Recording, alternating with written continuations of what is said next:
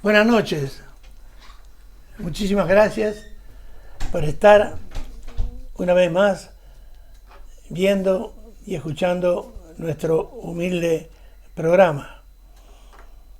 Hoy va a ser distinto porque vamos a hablar de un tema que nunca hemos hablado en los años que llevamos de programa.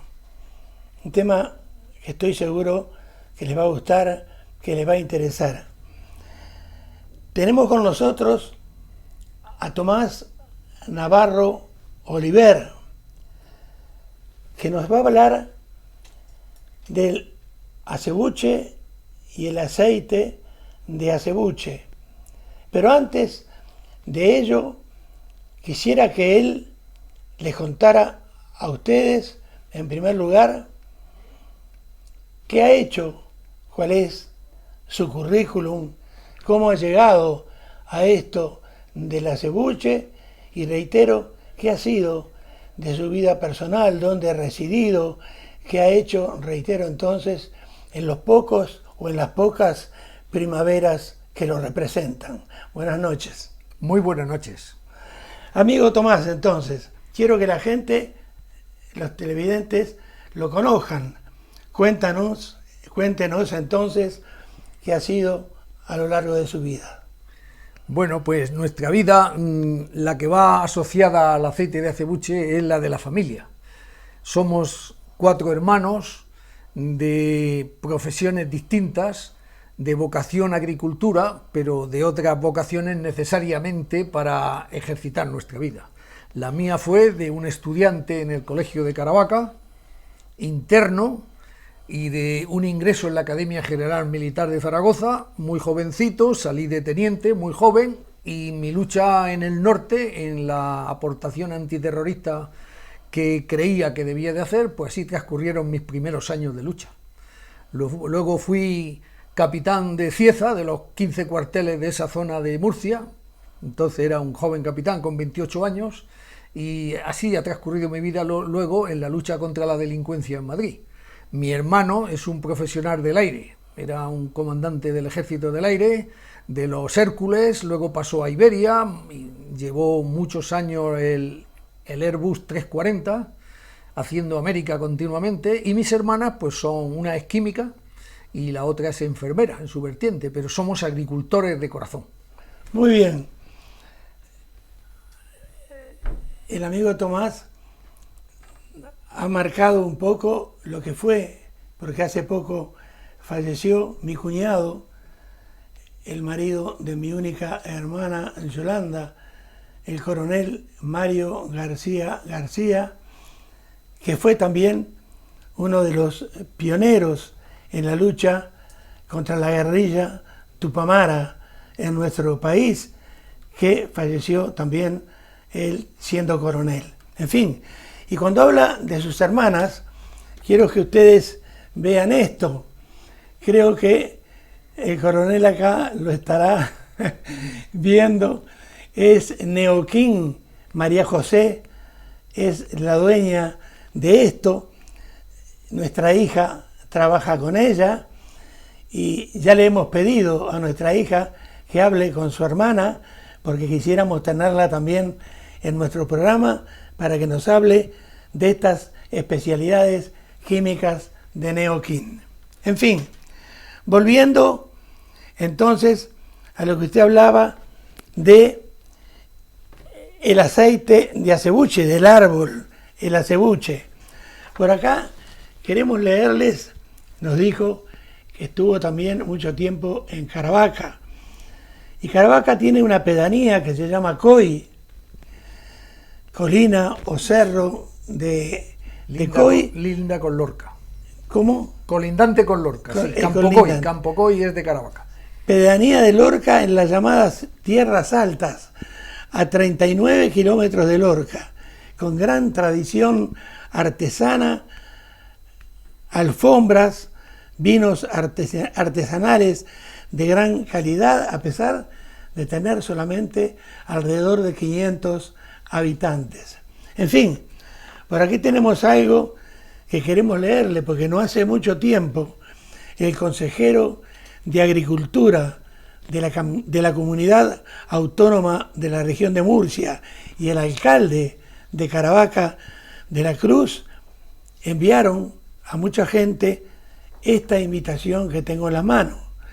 Le saludan a usted y se complacen en invitarle a la presentación del aceite de acebuche Oleum Deos, que tendrá lugar en Salones Castillo de la Cruz, en Caravaca, un aceite de origen natural y de cultivo ecológico que nace en un bosque de acebuches en el término municipal de Caravaca. Antonio Luengo Zapata y José Francisco García Fernández firman entonces esta invitación. En fin, entonces, Tomás, la primera pregunta es obvia. Queremos que usted entonces nos cuente qué es un acebuche y cuál es su fruto. Pues el acebuche es el árbol primigenio que había en la península ibérica, en Iberia, hasta la llegada de los fenicios. Iberia es por el río Iber, el Ebro, las tierras del Iber.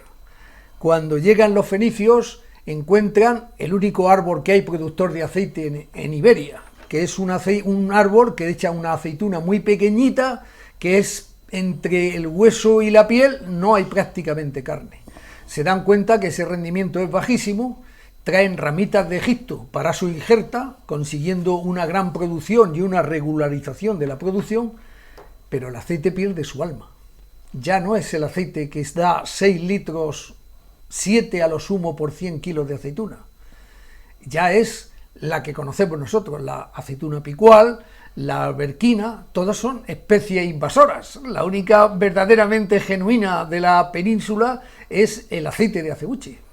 ¿Dónde es más fácil encontrar estos árboles de acebuche y qué tamaño alcanzan a tener como máximo los frutos de este árbol? Bueno, el acebuche está muy extendido por toda la península, está muy extendido. Lo que pasa es que está refugiado en los sitios donde los tractores y la maquinaria lo han reducido para hacer tierras de gran producción. Es decir, en los montes de Toledo, en Huelva hay bosques de acebuche, en Cádiz, pero lo que pasa es que está acogotado, está subido en las sierras donde no es posible crear tierras productivas. Entonces se ha quedado reducido. El acebuche es capaz de tener la misma altura o las mismas condiciones físicas que el olivo normal, si se le da la posibilidad de tenerlas. Ahora, si vive en lo alto de un penacho y con los pájaros comiéndoselo y los ciervos, pues el pobre está reducido a la supervivencia. ¿Se ha hecho algo para la supervivencia de estos árboles? No, desgraciadamente este árbol tan genuino, tan hispánico, pues no, porque su producción es mínima, su producción no le hace rentable. Esta producción era pues de los emperadores romanos, en honor a los cuales le hemos puesto Oleum Deus, que es aceite de las divinidades romanas, del divino Trajano, que era el que lo tomaba en cantidad, y donde hemos visto asientos que lo pedían para Roma. ¿Por qué? Pues porque Trajano era hispano y había probado el aceite de acebuche. Luego, cuando le presentaran el de Siracusa o el de Chipre, dijo, no, yo quiero mi aceite. Y entonces importaban el aceite para los emperadores romanos. Ahora, entonces, es lógico, por lo que usted me dice, que más que para que sea rentable, o sea, para montar una fábrica y ganar muchísimo dinero, yo diría que más que nada es una pasión o un hobby el producir este aceite. Bueno, es una pasión, indudablemente, y es un reto. Los viejos acebuches que tenía mi abuelo, ya se picó la acebuchina cuando la hambruna de 1904 y salvó a mucha gente en el pueblo con un médico que era de Cejín, que era don Antonio Bernal, que iba una vez al mes en su yegua y en su tartana. Y le dijo a mi abuelo, Tomás, vamos a darle de los viejos acebuches que tienen en los barrancos, vamos a darle que los niños se mueren, que ya se han comido los juncos que había todas las caballerías, que ya no queda ni avena para las personas.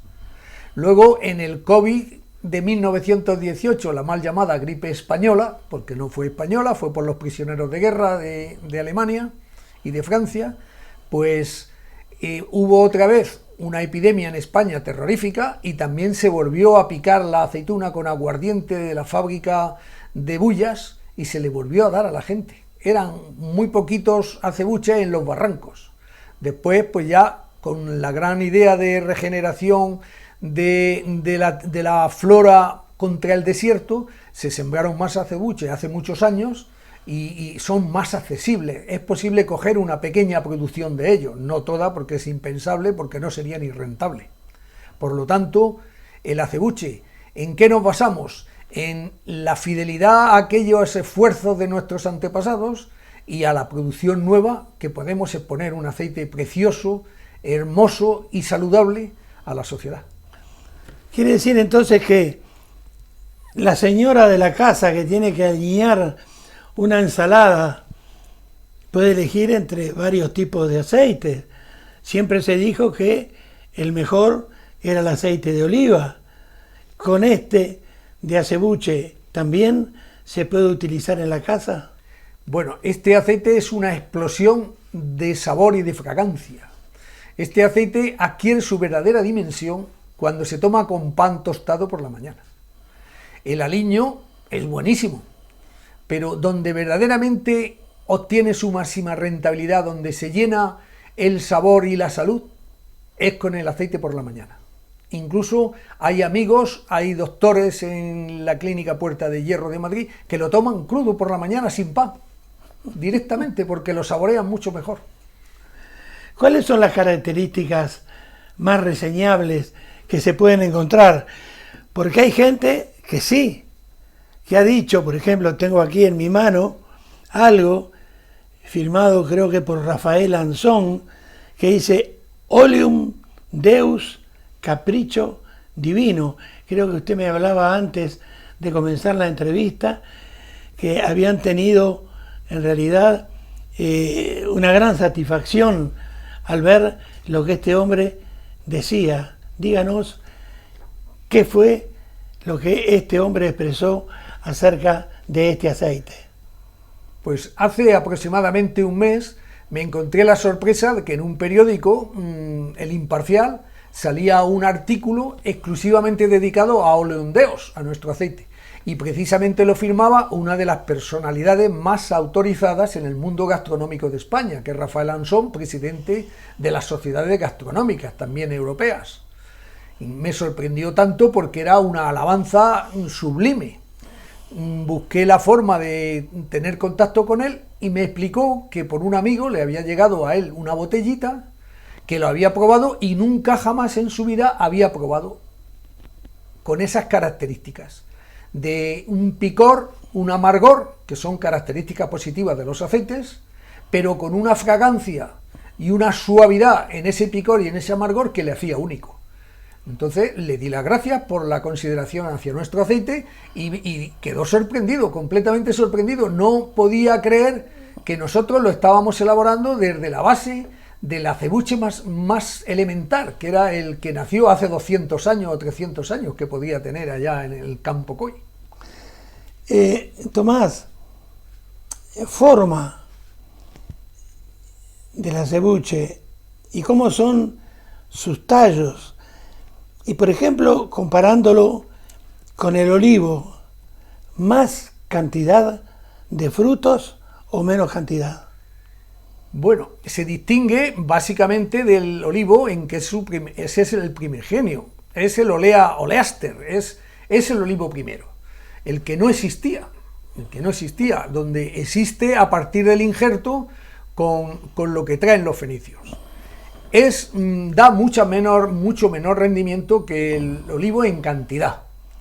Lo da también en calidad de aceite, en cantidad de aceite, porque nosotros sacamos entre 6 o 7 litros de aceite por cada 100 kilos de aceituna, mientras que en una oliva virgen extra se sacan 19, 20 o 21 litros por 100 kilos de aceituna. Luego, la característica de la acebuchina es que está pegada, está absolutamente, íntimamente pegada al olivo. Entonces cuesta un trabajo inmenso despegarla, tiene que ser manualmente, con peines especiales, porque se cuela entre los peines homologados de peinado de la aceituna, se cuela por su pequeñez. Entonces es un trabajo arduo, pero enormemente satisfactorio, dado el producto que hemos conseguido. Ahora, ¿qué cuidados tiene que tener el árbol de acebuche, sobre todo en el momento de la poda? No, este árbol tiene que ser dejado casi en su verdadera naturaleza, lo menos que se puede hacer con él. Solamente la capacidad de poder llegar a cogerle una parte de su oliva, de su aceituna, de su acebuchina. Cuidados muy pocos, porque además estamos en una vertiente absolutamente ecológica. No podemos defendernos de las plagas, tiene que defenderse él con su propia naturaleza. Entonces, el sacrificio es enorme, el llevar a esta botella el sello ecológico, llevar a un producto al consumidor el sacrificio ecológico, supone un plus de sufrimiento enorme en la agricultura, porque te supone muchas veces perder hasta el 80% de la cosecha, bien por la mosca, bien por el gusano, bien por mil cosas, aparte de lo que es común en todas las demás plagas, el pedrisco, la helada, el agua a destiempo, etcétera. Entonces, el sacrificio de la cogida es enorme. El del cuidado menos, porque le dejamos que viva en su propia naturaleza, que se cueza en su propia salsa, que es como va a salir el producto verdaderamente rico. Tomás, en cuanto a lo que se refiere el abonado y el riego del árbol de acebuche, ¿es igual al del olivo que produce el aceite de oliva? Bueno, si nosotros prohibidísimo el riego o la fertilización, en absoluto. El olivo va a comer de la tierra donde está. Nosotros, para ser un producto ecológico, ni puede tener tratamientos fitosanitarios, ni fungicidas, ni herbicidas. Es decir, solamente lucha el acebuche con su propia naturaleza. Entonces, el riego de un olivo le da mucha más fuerza, le da mucho más arbolaje, le da una enorme volumen de ramas, pero claro, el compuesto de agua va en él, por lo tanto, a mayor volumen, menor esencia.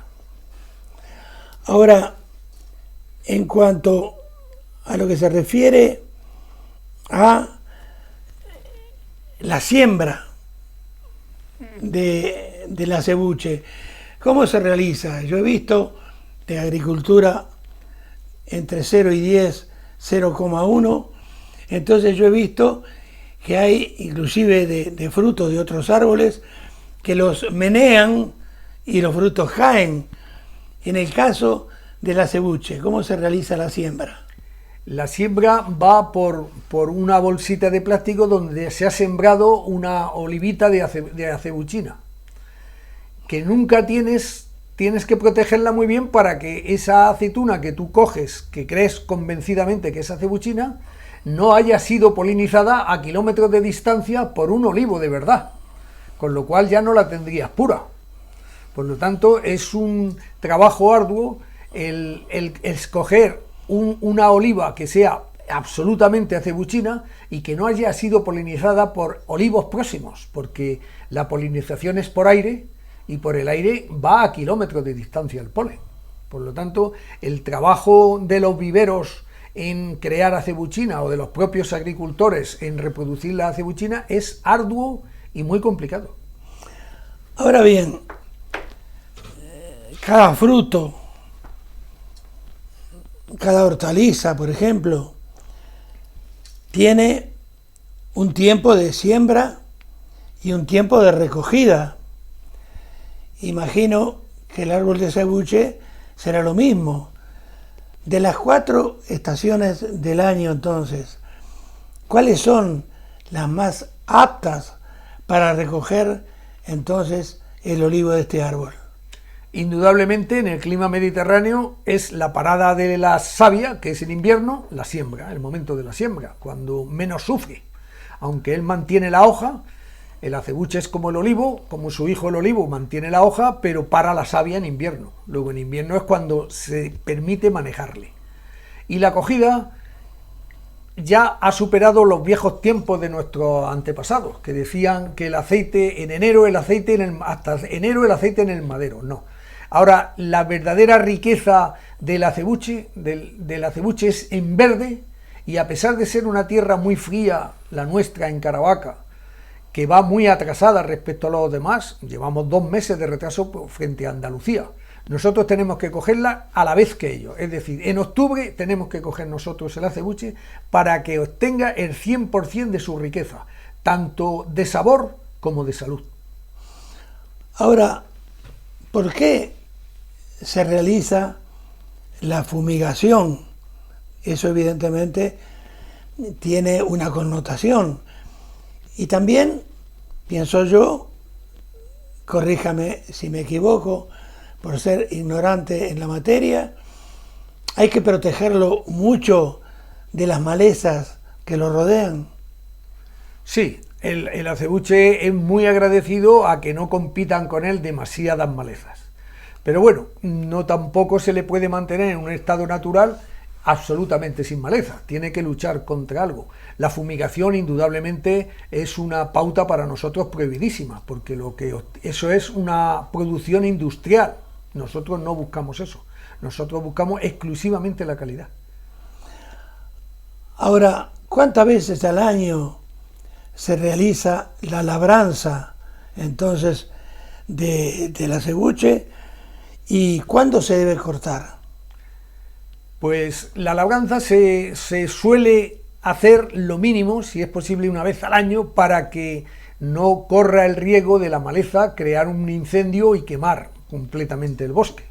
Entonces se suele hacer en mayo, en junio, en julio, para romper las hierbas, que no sea un problema de propagación de incendios. Y ya está, y con eso es suficiente. Tiene que vivir por sí, tiene que saber defenderse y valerse por sí mismo. Ahora, semejanzas y diferencias entre el árbol del olivo y el acebuche. Pues, ¿Cómo puedo distinguirlos? Bueno, el acebuche tiene la hoja mucho más pequeñita, pincha mucho, es osca, tiene mucha arista esa hoja, ese pincho. Su desarrollo es lentísimo, el desarrollo es 1/3 del olivo normal, y las características beneficiosas pues vienen a ser las mismas, mucho más acentuado en el acebuche. El olivo y el acebuche resisten enormemente la sequía, son árboles para la cultura mediterránea, son austeros, enormemente austeros en agua, son durísimos para aguantar también con el frío, porque no florecen con el inmenso frío. A ellos les perjudica mucho los calores excesivos o aguas en el mes de junio. En realidad viven los dos austeramente, produce mucho más el olivo, porque con esa intención se inventó el olivo, desde los mesopotámicos hasta los pueblos iraquíes de Mesopotamia y de Ur de Caldea, y que vinieron hasta Irak, desarrollando una aceituna cada vez más grande, donde ya la cultura griega y fenicia se hace la dueña de ello y lo extienden por el Mediterráneo. Son similares en efectos beneficiosos y similares en la austeridad y dureza y resistencia frente a los elementos. Ahora bien, el bonsái, por ejemplo, es un árbol muy delicado, delicadísimo, pequeño, que requiere cuidados especiales, porque si no, se nos muere fácilmente. En lo que se refiere al árbol del acebuche, ¿tiene una vida corta o puede llegar a ser muy longevo? El acebuche puede ser el más longevo de los árboles.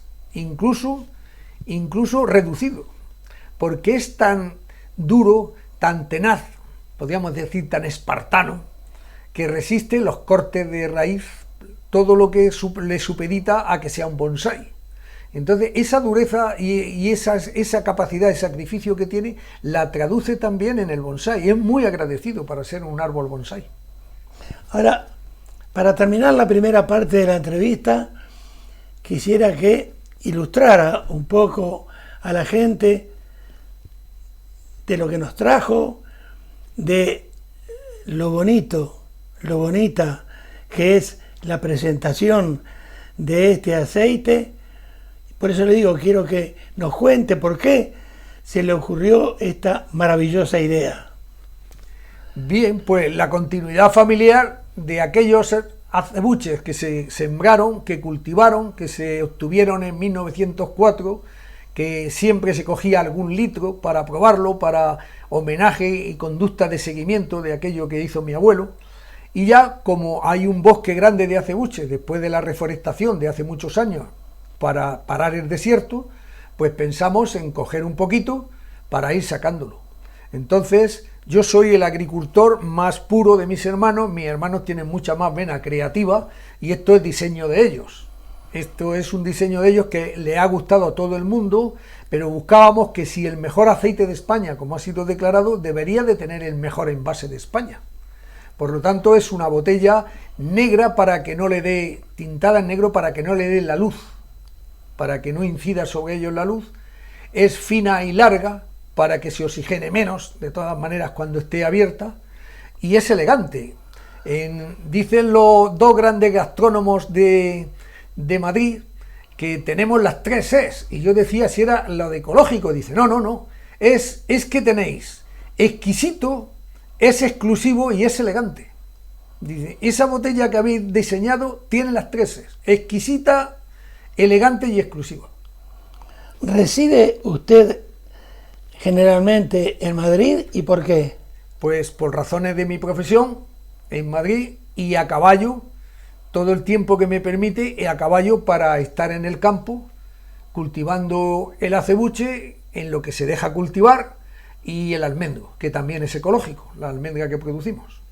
Muy bien, terminamos la primera parte, pero antes, como decimos los gauchos, los uruguayos, espero que me haga la gauchada de hablar con María José, dueña y señora de Neuquén, para que muy pronto venga a estar con nosotros y nos hable de esto que también es muy importante, tanto así que no solo está aquí en Lorquí, sino que tiene una sucursal en Argel, capital de Argelia. ¿Qué me quería decir? Pues que la modestia innata de María José no le va a hacer en esa entrevista constar que hace 3 años fue declarada la empresa modelo de la Comunidad de Madrid, con todos los homenajes que le hicieron, y hace 2 años fue ella declarada la empresaria modelo de la Comunidad de Madrid.